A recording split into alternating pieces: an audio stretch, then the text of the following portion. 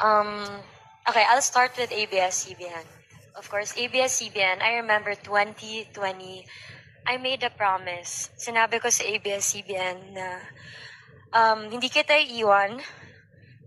Ay, putz. First sentence pa lang eh. Sinabi ko sa kanya, hindi kita iiwan. At nandito lang ako hanggang makabangon ka ulit. And today, here I am, fulfilling that promise. Ang daming nangyari sa ABS-CBN, but mahal ko eh. Mahal ko sobra yung kumpanya, and together we will rise despite all the challenges. We'll be stronger and even better. So, next is to my bosses. Yay! Minsan lang makinig kayo. to my bosses first, of course. I know ayaw niyong magpatawag na bosses. But I have to call you my bosses now because everyone's watching. But, you're like a family to me. You're my friends. And itong signing ng contract na to, because, I trust you more than anybody when it comes to work.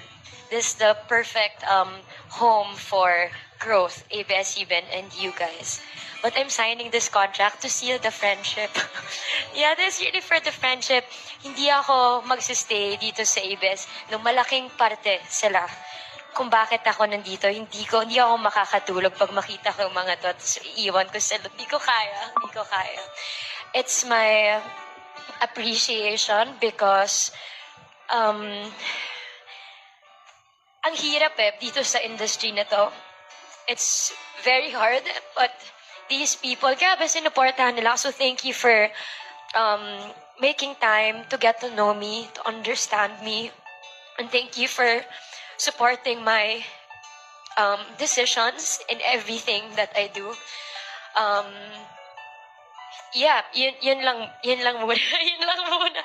Kasi, ang hirap diba? Kasi yung isang kumpanya, nag-reflect niyan kung paano yung mga bosses mo. And tayo, I know na lahat dito mag-agree na we have the best bosses. And proud na proud ako sinasabi yan sa lahat. They have beautiful souls, beautiful hearts. And nakaka-proud na nagtatrabaho ako sa isang kumpanya headed by these beautiful souls. So thank you so much for that. Of course, to my Star Cinema family, to my Star Magic family, Derek Lauren, Chrissy, and everybody. I grew up with Star Cinema and Star Magic from Mr. M, and now it's headed by Derek Lauren, from Inang, and now it's Chris. Hindi ko magagawa to lahat. You know the struggle, every project, every movie, the pressure that you feel, it's too much. It's really overwhelming, but these are the people na alam mo lang di ka mag-isa. Sila yung kahawak kamay ko. They tell you the things na kailangan mo marinig. Iko-call out ka nila kapag medyo naligaw ka. And sasabihan ka nila, good job if you did something good. And you need those people. So thank you, Star Magic, Tita Lulu, who's like my second mom.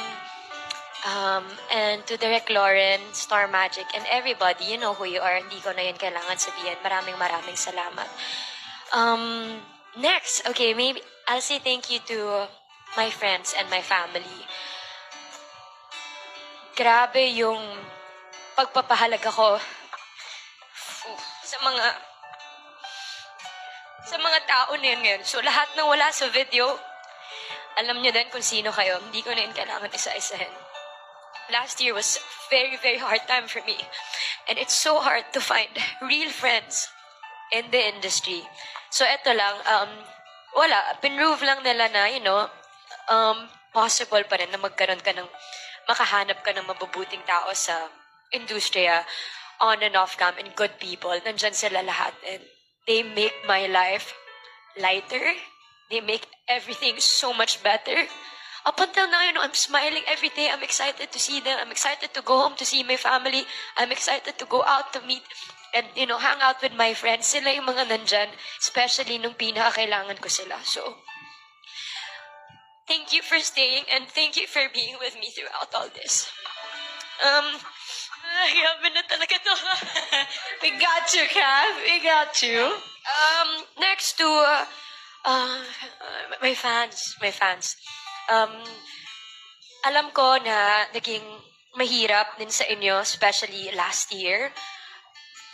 Um, so many challenges, ang dami nating pinagdaanan. Pero nandito ako, nandito kayo, kaya natin, kinaya, and kakayanin.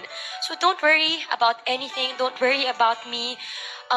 Andito pa rin ako, I will continue to make you proud. And maraming salamat kasi, kagaya ng sinabi ko kanina, inintindi nyo lahat ng mga kailangan ko gawin in mga naging desisyon namin bilang tao, hindi bilang artista. So, yun yung pinaka regalo na mabibigay nyo sa akin. So, thank you for giving me that, freedom to choose and to choose what would make me happy. And, yeah, naisaiso ko na ba? And, of course, to all the brands, to everyone na nag-effort para maging grabe tong araw na to. Maraming salamat. Today, I'm celebrating my 20th year in the industry. But then, I also realized, grabe pala, more than the jobs and the projects, it's the people you meet along the way. From the red carpet hanggang dito sa video, feeling ko yun yung pinaka-fulfilling na naramdaman ko kasi I was able to build a relationship with these people. So, thank you for being part of that. Ate, you know that. Maraming salamat. So, to my ABS-CBN family, this is my second home. And alam ko, medyo natagalan tayo dito, but not because hindi dahil sa iniisip niyo, but then, I will always choose ABS-CBN. You know that this is my second home. You're my kapamilya, and I would do anything for family. Tawagan niyo lang akong bahala sa inyo. Yeah, akong bahala. So thank you so much. This is such a special day for me. Hindi ko to makakalimutan. Feeling ko birthday ko na. Sobrang na akong pinasaya. Maraming salamat. Cheers to years of partnership, to friendship. And to love. Yes. Thank you. Yeah.